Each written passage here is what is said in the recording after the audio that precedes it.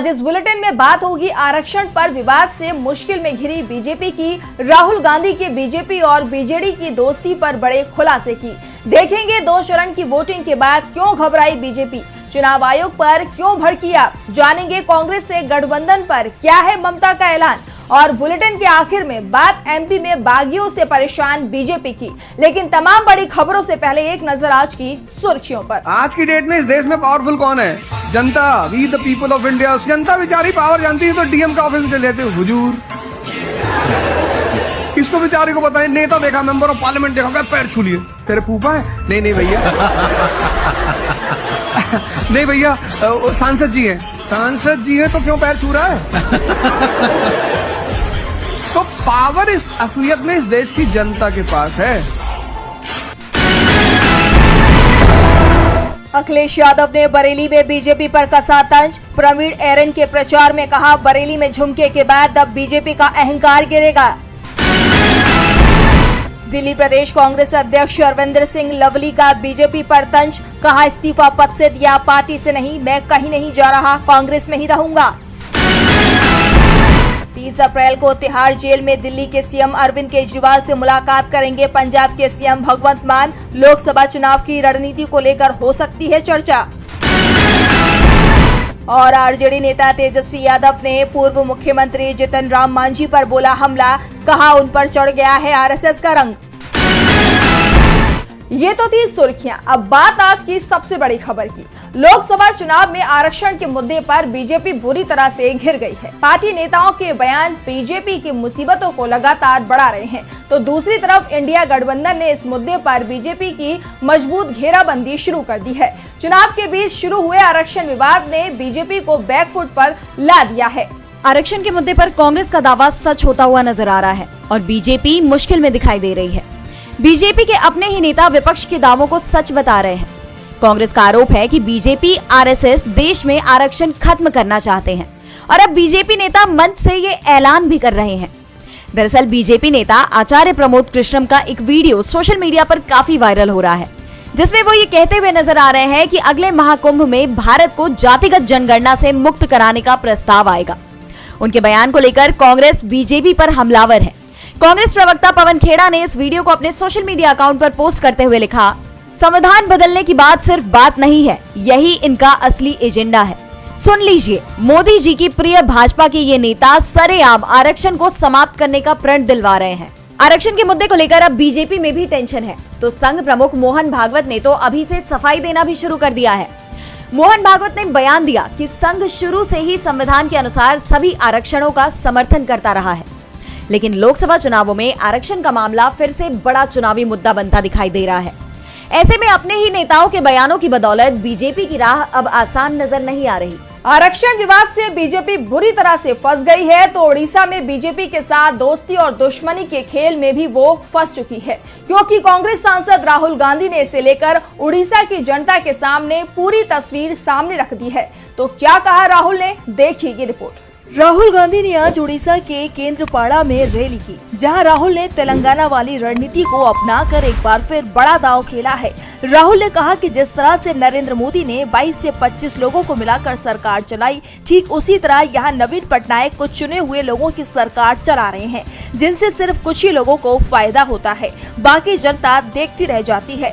राहुल ने कहा कि जैसे तेलंगाना की पिछली सरकार थी, वैसे ही उड़ीसा की सरकार है। तेलंगाना में बीजेपी और बीआरएस की शादी थी, वहां पर उनकी हर रोज बारात निकलती थी, ड्रामेबाजी होती थी, लेकिन कांग्रेस पार्टी ने दिखाया कि बीजेपी और बीआरएस एक है और हमने तेलंगाना की जनता को 5 गारंटियां दी, जिसका नतीजा ये हुआ कि स्टेट के इलेक्शन में बीआरएस गई और कांग्रेस की सरकार आई और अब उड़ीसा में भी यही काम चल रहा है। उड़ीसा में बीजेपी बीजेडी की शादी हो चुकी है, उसे आप चाहे पार्टनरशिप कहिए या शादी कहिए, लेकिन दोनों एक साथ मिले हुए हैं और दिल्ली वाले अंकल और नवीन बाबू ने इस शादी में उड़ीसा की जनता को पान दिया है।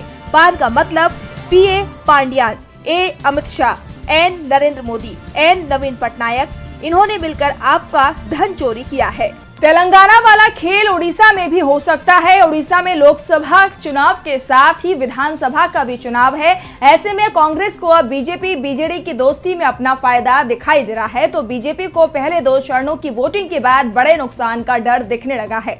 खास तौर पर यूपी में हालात बिगड़ते देख अमित शाह ने पार्टी नेताओं की बैठक भी बुला ली है। गृह मंत्री अमित शाह एक्टिव मोड में नजर आ रहे हैं। उत्तर प्रदेश में ताबड़तोड़ रैलियों के साथ पार्टी कार्यकर्ताओं की बैठक भी ले रहे हैं। दरअसल पिछले 2 चरण के चुनाव में मतदान उम्मीद से काफी कम नजर आए, जिसके बाद बीजेपी के अंदर हार का डर दिखाई देने लगा है। खासकर उत्तर प्रदेश को लेकर बीजेपी काफी परेशान नजर आ रही है। पिछले 2 चरणों में यूपी की 16 सीटों पर मतदान हो चुका है, लेकिन मतदान के लिए काफी कम जनता पोलिंग बूथ पहुँची। माना जा रहा है कि मध्यम वर्ग में खास तौर पर मतदान को लेकर उदासीनता है, जिसके बाद बीजेपी को बड़ा नुकसान होते हुए दिखाई दे रहा है। पहले 2 चरणों की वोटिंग के बाद मिले फीडबैक ने भी बीजेपी की चिंता बढ़ा दी है। ऐसे में शाह ने यूपी में तीसरे और चौथे चरण की वोटिंग वाली सीटों के पार्टी कार्यकर्ताओं को बुला लिया। यूपी के मैनपुरी, इटावा और एटा में जनसभा से लेकर कानपुर में पार्टी के कार्यकर्ताओं की अहम बैठक बुला ली। इसके साथ ही गृह मंत्री पार्टी के अंदर चल रही अंतर्कलह को दूर करेंगे। तीसरे और चौथे चरण में मिलकर 22 सीटों पर मतदान होने हैं। इन 22 सीटों में मैनपुरी और कन्नौज की सीटें भी शामिल है, जिसमें कन्नौज से सपा प्रमुख अखिलेश यादव और मैनपुरी से उनकी पत्नी डिम्पल यादव चुनाव लड़ रहे हैं। इन सीटों पर बीजेपी को कड़ी टक्कर का सामना करना पड़ेगा, इसलिए यहाँ पार्टी का खास फोकस भी बना हुआ है। तो वहीं बूथ पर लगातार वोटर्स की उदासीनता बीजेपी के लिए परेशानी का सबब बन सकती है। इसलिए अमित शाह खुद मैदान में उतर गए हैं और आगामी चरण के मतदान में पार्टी की रणनीति मजबूत बनाने की कोशिश में जुटे हुए हैं। लेकिन अगर अगले चरण में भी परिणाम यही आए तो बीजेपी का फिर एक बार मोदी सरकार बनाने का सपना साकार होना मुश्किल दिखाई दे रहा है। हार का डर बीजेपी को दिखाई देने लगा है तो दूसरी तरफ विपक्षी दलों में चुनाव आयोग का डर दिख रहा है, क्योंकि आयोग की तरफ से विपक्षी दलों को लगातार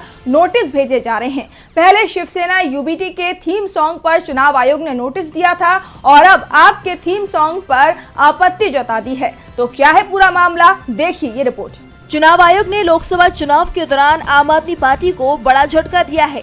आयोग ने पार्टी के कैंपेन गीत पर रोक लगा दी है, जिसको लेकर आप नेता आतिशी ने सवाल उठाए हैं। बता दें कि हाल ही में पार्टी ने अपना कैंपेन सॉन्ग लॉन्च किया था। 2 मिनट के इस कैंपेन सॉन्ग में अरविंद केजरीवाल और मनीष सिसोदिया भी दिखे थे। इस गीत को पार्टी विधायक दिलीप पांडे ने लिखा था। वहीं आयोग के इस कदम को आपने केंद्र की तानाशाही बताया है। आतिशी ने कैंपेन सॉन्ग पर रोक लगाने को लेकर प्रेस कॉन्फ्रेंस की। इस दौरान उन्होंने कहा कि तानाशाही सरकारों में विपक्षी पार्टियों को प्रचार करने से रोका जाता है। आज यही हुआ है। अब बीजेपी के एक और राजनीतिक हथियार चुनाव आयोग ने आपके कैंपेन सॉन्ग पर रोक लगा दी है। ऐसा पहली बार हुआ होगा जब चुनाव आयोग ने किसी पार्टी के चुनावी गाने पर रोक लगाई है।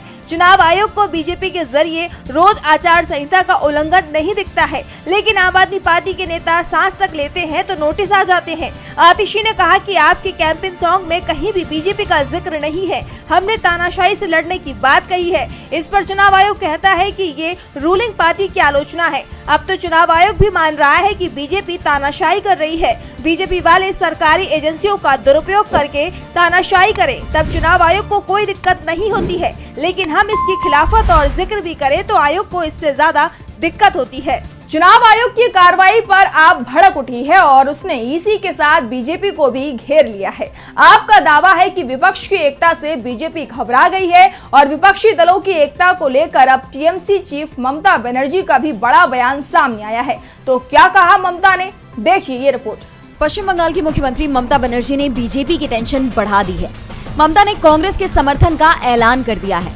ममता ने कहा कि पश्चिम बंगाल में हमारा गठबंधन कांग्रेस से नहीं हो पाया। यहाँ टीएमसी सभी 42 सीटों पर चुनाव लड़ रही है, लेकिन पश्चिम बंगाल को छोड़कर देश के अन्य सभी राज्यों में टीएमसी कांग्रेस को अपना समर्थन देगी। ममता के ऐलान से कांग्रेस को पूर्वोत्तर के साथ ही गोवा में भी बड़ी मदद मिलती दिखाई दे रही है। तो इसे बीजेपी के उन दावों का करारा जवाब भी माना जा रहा है, जिसमें बीजेपी की तरफ से कहा जा रहा था कि इंडिया गठबंधन एकजुट नहीं रह पाएगा। ममता ने साफ कर दिया है कि विपक्ष एकजुट है, वो इंडिया गठबंधन के साथ है। दरअसल ममता बनर्जी और कांग्रेस के बीच पश्चिम बंगाल में भी सीट बंटवारे पर लंबी चर्चा चली थी, लेकिन सीटों की संख्या को लेकर बात नहीं बन पाई और दोनों ही दलों को अलग अलग चुनाव लड़ना पड़ा। बाद में कांग्रेस ने वाम दलों से गठबंधन कर लिया और वो बंगाल में 13 सीटों पर चुनाव लड़ रही है। बची हुई 29 सीटों पर वाम दलों ने अपने उम्मीदवार उतारे हैं। वैसे कांग्रेस की तरफ से तो पहले से ही दावा किया जा रहा था कि टीएमसी के साथ बंगाल में भले ही सीट बंटवारा नहीं हो पाया, लेकिन टीएमसी हमारे साथ ही है। और अब ममता ने भी कांग्रेस के दावों पर मुहर लगा दी है। ऐसे में मतदान के आने वाले चरणों में विपक्ष की दावेदारी और मजबूत होती नजर आ रही है और इसे लेकर बीजेपी की चिंता भी साफ दिखाई दे रही है। एक तो पहले 2 चरणों में कम मतदान के चलते बीजेपी पहले से ही परेशान थी और अब ममता ने उनकी इस परेशानी में इजाफा कर दिया है। ममता के ऐलान से बीजेपी को कई सीटों पर झटका लग सकता है, खास तौर पर असम, मेघालय, त्रिपुरा और गोवा में इंडिया की एकता बीजेपी को परेशान कर रही है, तो बीजेपी के सहयोगी दल भी उसकी परेशानी का कारण बने हैं। ऐसी ही परेशानी कर्नाटक में जेडीएस ने बीजेपी की बढ़ा दी है। तो क्या है पूरा मामला, देखिए ये रिपोर्ट। कर्नाटक से बड़ी खबर सामने आ रही है, जहां जेडीएस सांसद और हासन से उम्मीदवार प्रज्वल रेवन्ना पर महिलाओं के शोषण के आरोप लगाए गए हैं।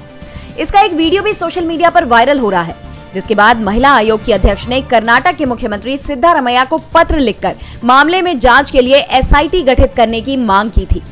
मुख्यमंत्री ने मामले में जानकारी देते हुए एक्स पर लिखा, सरकार ने प्रज्वल रेवन्ना आपत्तिजनक वीडियो के मामले में एक विशेष जांच दल बनाने का फैसला किया है।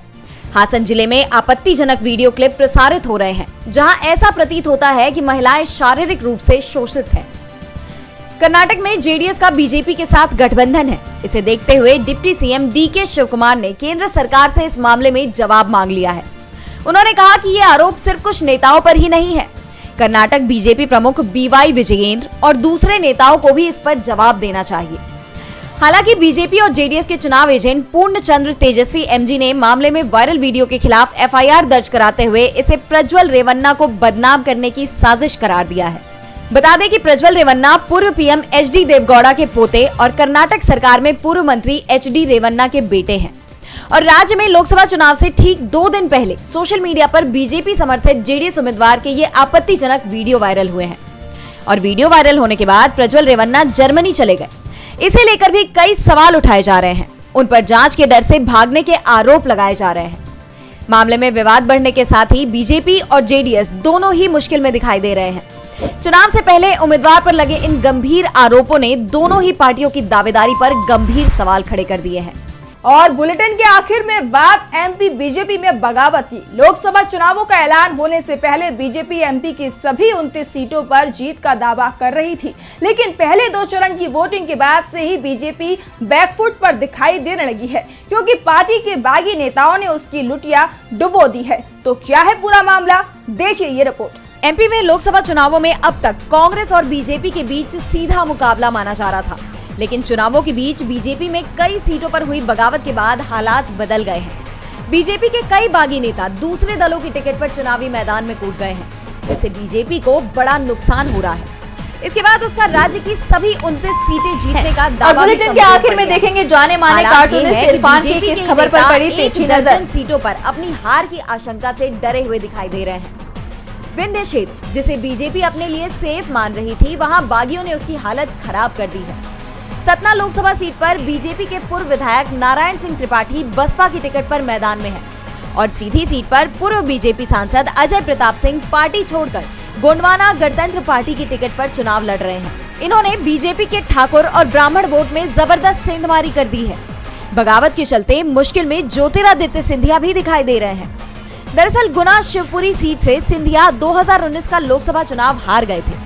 इस बार वो पाला बदलकर बीजेपी के टिकट से चुनाव मैदान में है।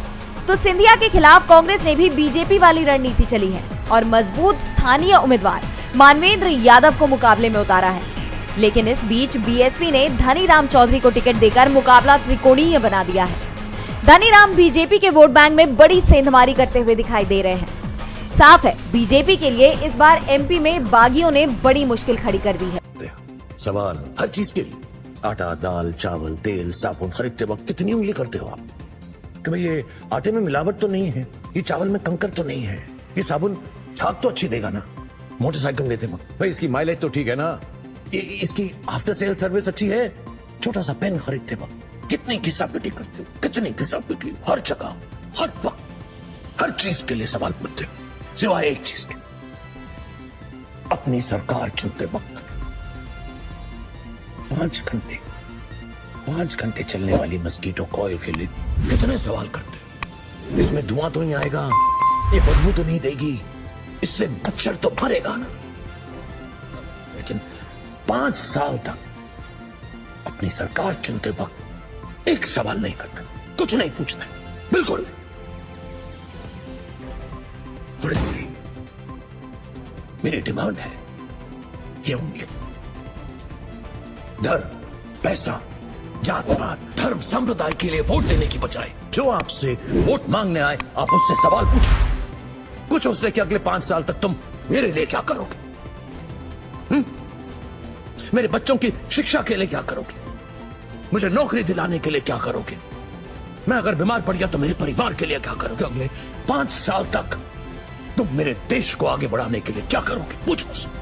वोट देने से पहले जिस उंगली का आप इस्तेमाल करते हैं उस उंगली के जरिए सवाल करो, क्योंकि अगर आप ऐसा करोगे तो देश की हेल्थ सर्विस सिस्टम को सुधारने के लिए, गरीब किसानों की मदद के लिए कोई विक्रम राठौड़ या आजाद की जरूरत नहीं होगी, क्योंकि आपकी उंगली ही काफी है, क्योंकि आपकी उंगली में बहुत ताकत। और पता, मेरी ये डिमांड पूरी करोगे तो आजादी किसको मिलेगी? आपको, आपको, आपको, आप सबको। आजादी गरीबी से, आजादी अन्याय से, आजादी करप्शन से। थोड़ा सा अपनी इस उंगली पर विश्वास कर, उसे यूज करो, बस। जय हिंद। बढ़ने रहे दम।